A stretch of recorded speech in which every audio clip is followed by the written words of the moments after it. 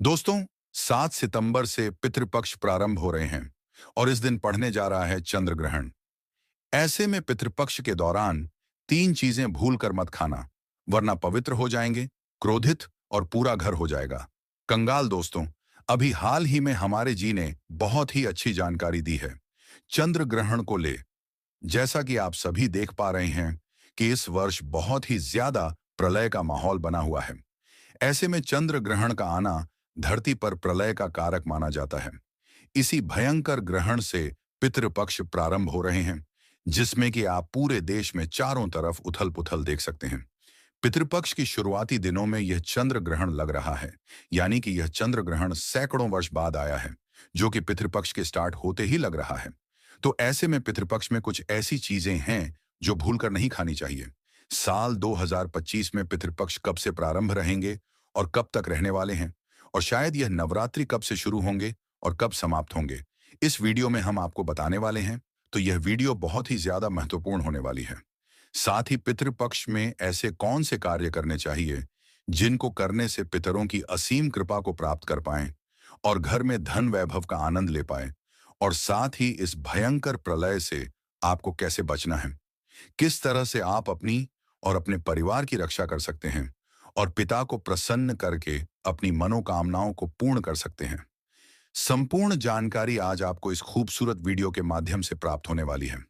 तो निवेदन है कि 5 मिनट का समय आज आप इस वीडियो को जरूर से दीजिएगा, क्योंकि यह वीडियो आप लोगों के लिए बहुत ही महत्वपूर्ण है। जो हमारे गुरुजी ने बताया वह आज इस वीडियो के माध्यम से हम आपको बताने जा रहे हैं।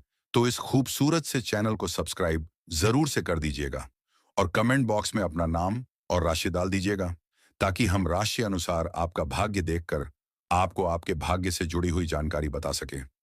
दोस्तों, हिंदू पंचांग के अनुसार भाद्र मास की पूर्णिमा तिथि पर पितृपक्ष प्रारंभ हो जाते हैं, जो कि अश्विनी मास की अमावस्या तक, जिसे सर्व पितृ अमावस्या के नाम से जाना जाता है, उस दिन तक यह चलते हैं।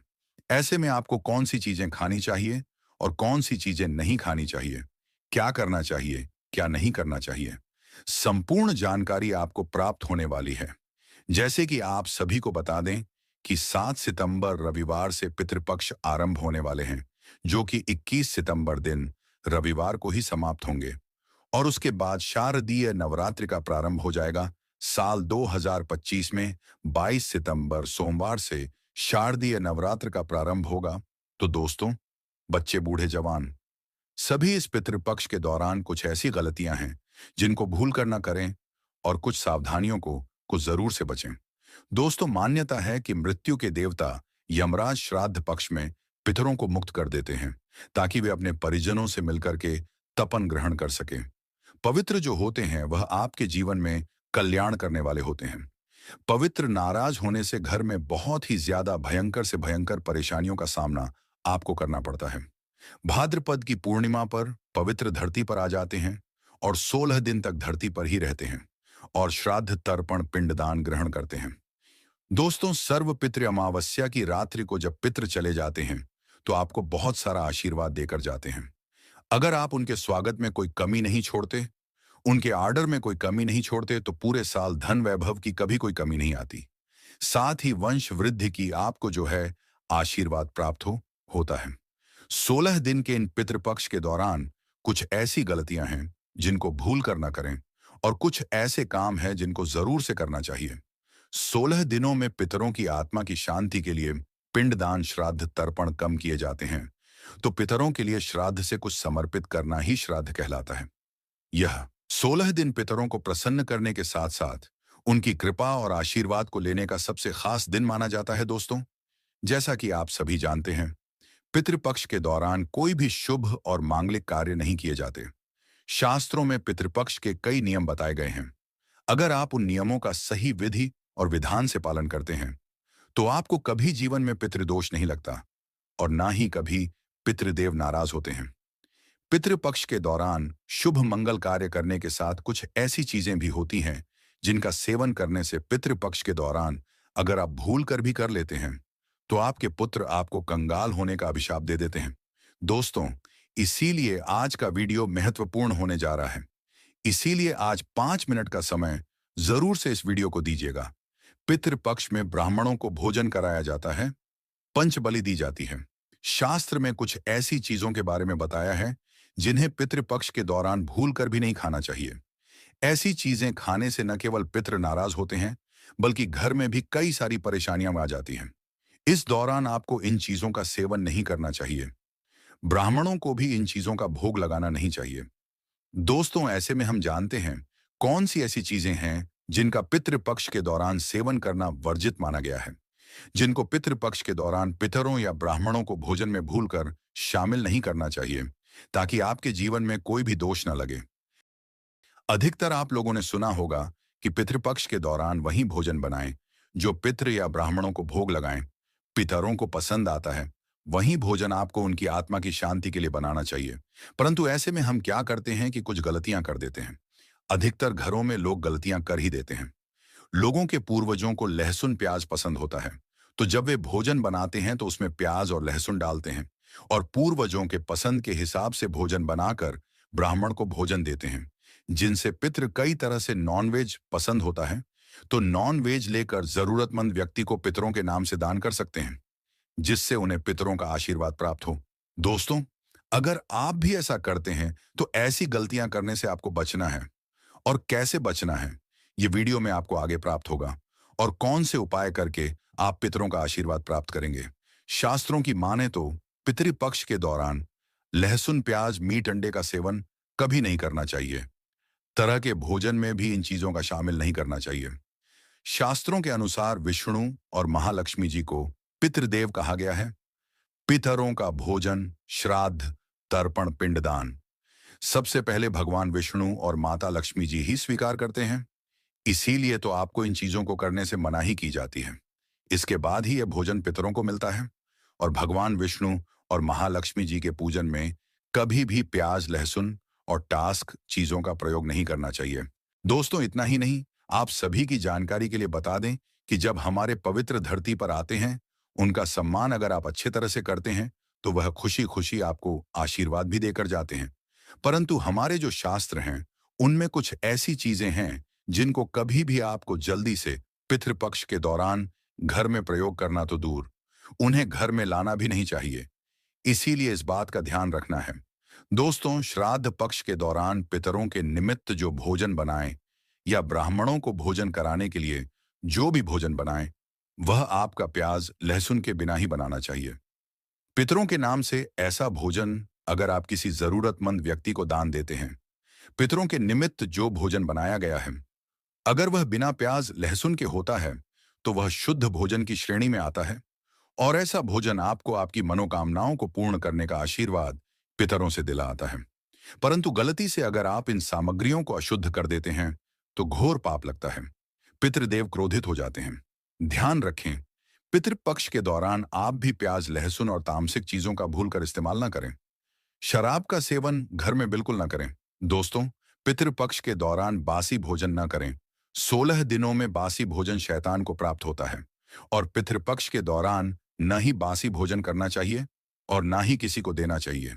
अगर किसी जरूरतमंद व्यक्ति को अगर आपके द्वार पर आया है, उसे बासी भोजन देते हैं, तो शास्त्रों में ऐसा कहा गया है कि पितृपक्ष के दौरान जब पितृ किसी भी रूप में आपके द्वार पर आते हैं और आप ऐसे में उनको बासी भोजन देते हैं, तो पितृ आपको अपना श्राप देकर जाते हैं, जिससे भयंकर पितृदोष लगता है। तो इस बात का विशेष शेष ध्यान रखना है। भोजन जब भी आप करते हैं, जिस तरह से आप भोजन करते हैं, ठीक वैसे ही भोजन आपको सामने वाले व्यक्ति को देना चाहिए। दोस्तों, पितृपक्ष के दौरान अपने खुद के लिए वस्त्र नहीं खरीदने चाहिए।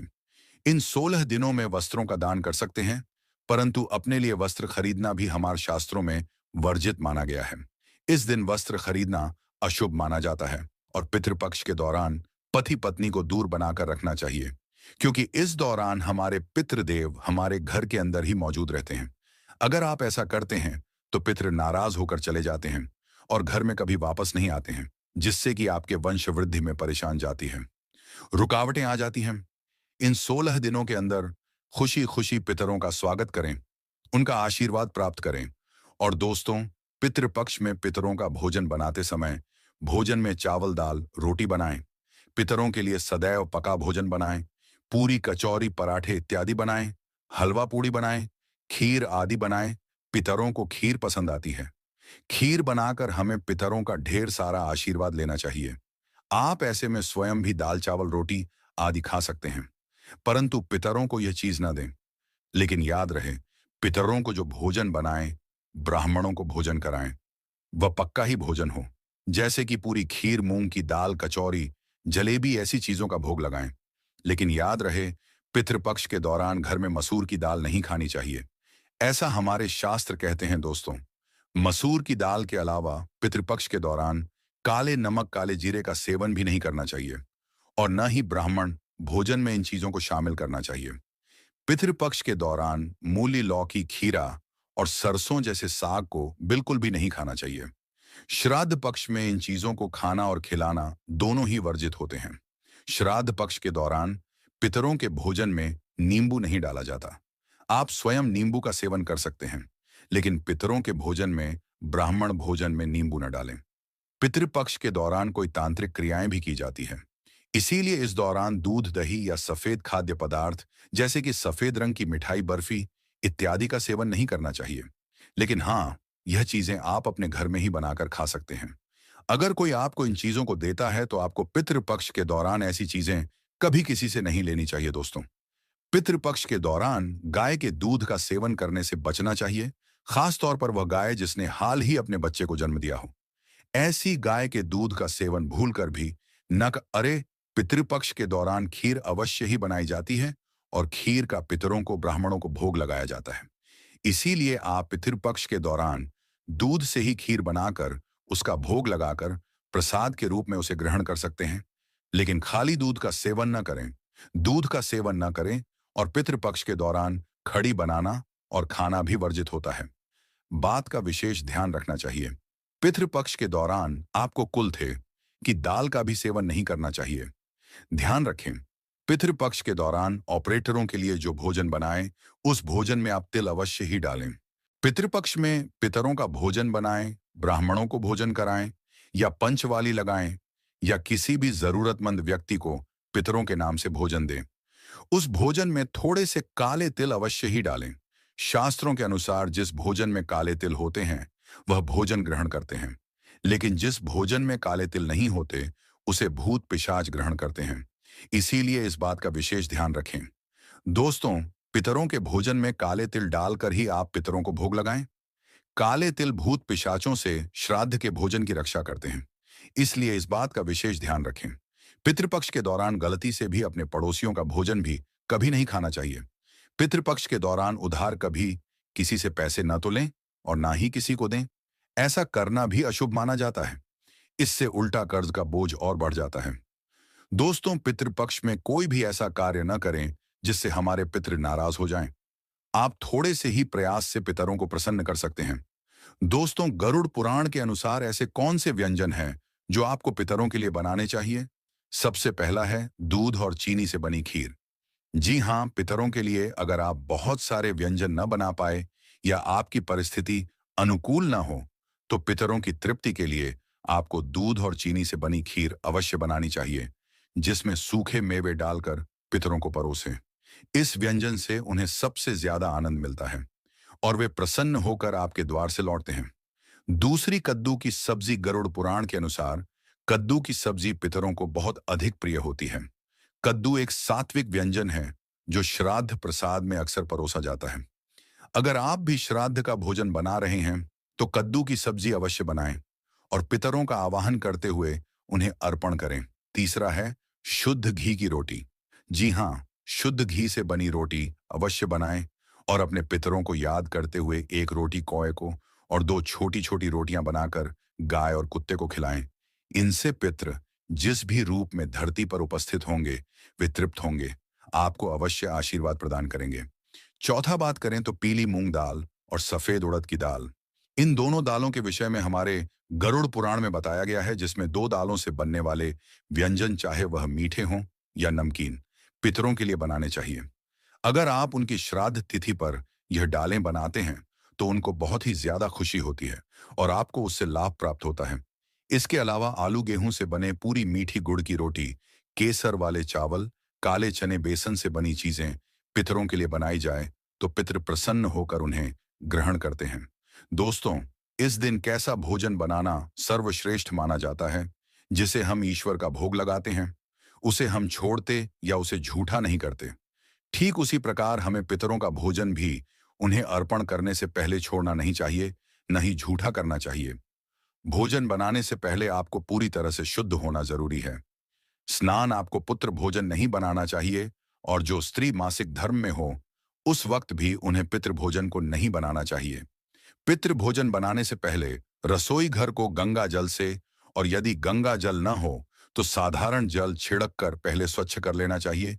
और उसके बाद भोजन बनाने से पहले ओम पितृदेवाय नमः या ओम वासुदेवाय नमः इन मंत्रों का उच्चारण करके ही भोजन बनाना आरंभ करना चाहिए।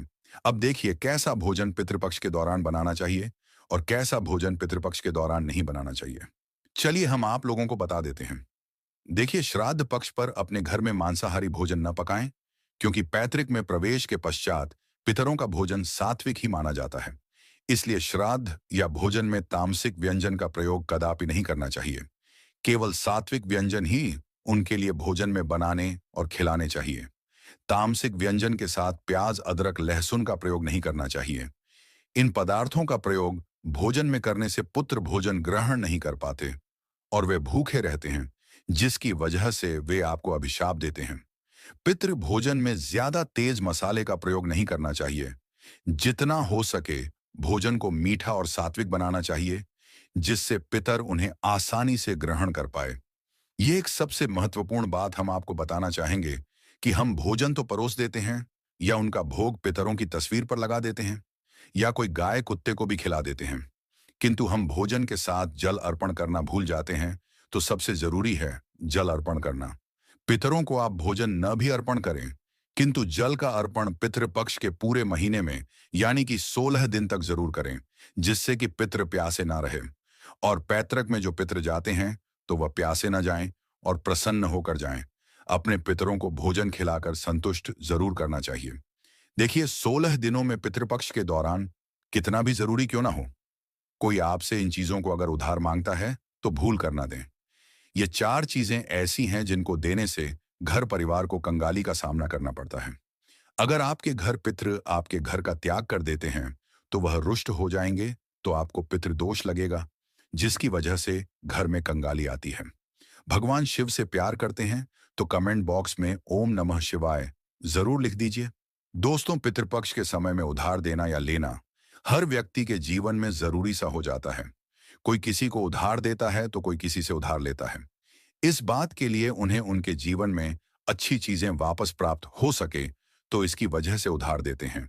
तो कुछ व्यक्ति सामाजिक सरोकार निभाने के लिए उधार देते हैं। लेकिन दोस्तों, क्या आप जानते हैं, खास तौर पर पितृपक्ष के दौरान अगर आप ऐसा करते हैं तो आपके जीवन में कंगाली विद्यमान हो जाती है। इसीलिए कम से कम पितृपक्ष के दिनों में तो ऐसा ना करें। अब बात करें सबसे पहली चीज पितृपक्ष पर। सबसे पहली चीज तो यह है कि अपने पूर्वजों से जुड़ा धन या किसी भी प्रकार की कोई चीज आप किसी भी व्यक्ति को न दें। जैसे कि हमारे बुजुर्गों द्वारा दिया गया कोई चांदी का सिक्का या रुपया पैसा, या फिर आशीर्वाद के तौर पर दी गई कोई कीमती चीज या कोई धार्मिक वस्तु या किसी भी प्रकार की कोई निशानी और भगवान से जुड़ी पूजा की सामग्री आप भूल कर भी किसी को उधार न दें। दान के तौर पर कभी न दें, क्योंकि माना जाता है कि अगर आप इस प्रकार की सामग्री दूसरे व्यक्ति को दे देते हैं तो आपके पूर्वज नाराज हो जाते हैं और बुजुर्ग द्वारा मिला आशीर्वाद खत्म हो जाता है। इससे पितृदोष लगता है और आपको वह नहीं प्राप्त हो पाता जो आपके पूर्वज यानी आपके मित्र जो आपके लिए करने वाले थे। तो सबसे पहले आपको इस बात का जरूर से ख्याल रखना चाहिए कि बुजुर्गों द्वारा कोई सम्मान में मिली चीज कभी किसी को ऐसे ही नहीं देनी चाहिए। इसे हमेशा अपने पास रखें। बुजुर्गों द्वारा सम्मान में मिली चीज सोना हो, चाहे हीरा हो, मोटी हो, चांदी हो, कुछ भी हो, उसे बर्बाद न करें दोस्तों। इसी तरह पितृपक्ष को धन से भी जोड़ा जाता है। पितृपक्ष के दौरान हमारे पूर्वज साक्षात धरती पर आते हैं और उनका आगमन हमारे घर में होता है। उनका आशीर्वाद सुख समृद्धि में बदल जाता है, धन वैभव की प्राप्ति होती है। तो इस बात का ध्यान आपको जरूर रखना चाहिए कि पितृपक्ष के दौरान भूल कर भी कोई व्यक्ति आपसे धन उधार मांगने के लिए आता है तो आपको उसे उधार पैसा नहीं देना चाहिए और ऐसे में आपको किसी अन्य व्यक्ति से उधार भी नहीं लेना चाहिए। ऐसी मान्यता है कि पितृपक्ष के दौरान आप जो पैसा उधार देते हैं या लेते हैं, तो वह धन कभी लौट कर नहीं आता, बल्कि इस समय धन देने वाला और लेने वाला दोनों कर्ज में डूब जाते हैं। इससे पितरों का श्राप लगता है। दोस्तों, वहीं श्राद्ध पक्ष के दौरान हम अपने पूर्वजों का दान तर्पण करते हैं, पिंड दान करते हैं। तो ऐसे में जब हम नदी स्नान करने जाते हैं, यानी गंगा स्नान करने जाते हैं, तो पितृपक्ष के दौरान खास तौर पर सफेद चीजें चढ़ाई जाती हैं। इस बात का ध्यान रखें कि पितृपक्ष के दिन हमारे पूर्वजों को चढ़ाने के अलावा कोई व्यक्ति एकदम सुबह सुबह के समय आपसे दूध, दही, छाछ या फिर संध्या काल के समय में उधार मांगने के लिए या फिर ऐसे ही मांगने के लिए आ जाते हैं, तो आपको भूल कर भी किसी अन्य व्यक्ति को नहीं देना चाहिए। अगर आप अपने पूर्वजों को चढ़ाने के अलावा कोई ऐसा काम करते हैं, तो आप अपने पूर्वजों को नाराज कर लेते हैं और साक्षात आपको अपने पितरों के क्रोध का सामना करना पड़ता है। इसलिए पितृपक्ष के दौरान लेन देन न करें। चावल के साथ काले तिल मिलाकर दान करें और एक रोटी गाय को जरूर गुड़ रखकर खिलाएं। थोड़े से काले तिल रखकर खिलाने से पितृदोष दूर हो जाता है। तांबे के लोटे में जल में थोड़ा सा गंगा जल मिलाकर थोड़े से तेल मिलाकर पीपल की झाड़ में चढ़ाने से पितृदोष समाप्त होता है। कभी जीवन में नहीं लगता है। दोस्तों, अगर आप किसी व्यक्ति को गिफ्ट देना चाहते हैं, गिफ्ट के तौर पर कोई चीज देना चाहते हैं, तो पितृपक्ष के दौरान भूलकर भी ऐसी गलती ना करें। घड़ी या फिर आपको बाजार में कोई गणेश जी की मूर्ति लेकर नहीं देनी चाहिए। हर व्यक्ति के साथ समय अच्छा या बुरा चलता है, तो आपको घड़ी तो कभी किसी से ना लेनी चाहिए, न किसी को देनी चाहिए। अगर व्यक्ति का समय अच्छा है या आपका भी समय अच्छा चल रहा है, अगर आप किसी अन्य व्यक्ति को अपना समय दे देते हैं, घड़ी देने से तो आने वाले समय के अंदर आपको अच्छे परिणाम देखने को नहीं मिलते हैं। इस बात का ध्यान रखें। पितृपक्ष में कुछ ऐसी चीजें होती हैं जो आपके घर की सुख समृद्धि से जुड़ी होती हैं, तो ऐसे में वह चीजें आपको किसी भी कीमत पर उधार नहीं देनी चाहिए। वहीं संध्या काल होने के बाद, जैसे कि कोई आपसे लहसुन, प्याज, दूध, दही, चीनी उधार पैसे मांगने के लिए आता है, तो जब सूर्योदय होता है, सुबह सुबह या फिर सूर्यास्त हो जाता है, तब ऐसे में इन दोनों समय में आपको घर की समृद्धि दूसरों को भूल कर भी कभी नहीं देनी चाहिए। इससे हमारे पूर्वज नाराज हो जाते हैं और हमें पुत्र दक्ष लग जाता है। माना जाता है कि अगर आप ऐसा करते हैं, तो आपके घर में सुख समृद्धि तथा माता लक्ष्मी दूसरों के घर चले जाते हैं और वह हमारे पूर्वज भी हमारे घर में आते ही वापस लाओ जाती है और आपको अच्छा परिणाम देखने को नहीं मिलता है। दोस्तों, दान पुण्य करना हिंदू धर्म की परंपराएं मानी जाती हैं और हर व्यक्ति दान पुण्य करके पितृपक्ष का लाभ उठाता है तथा उनका आशीर्वाद प्राप्त करता है।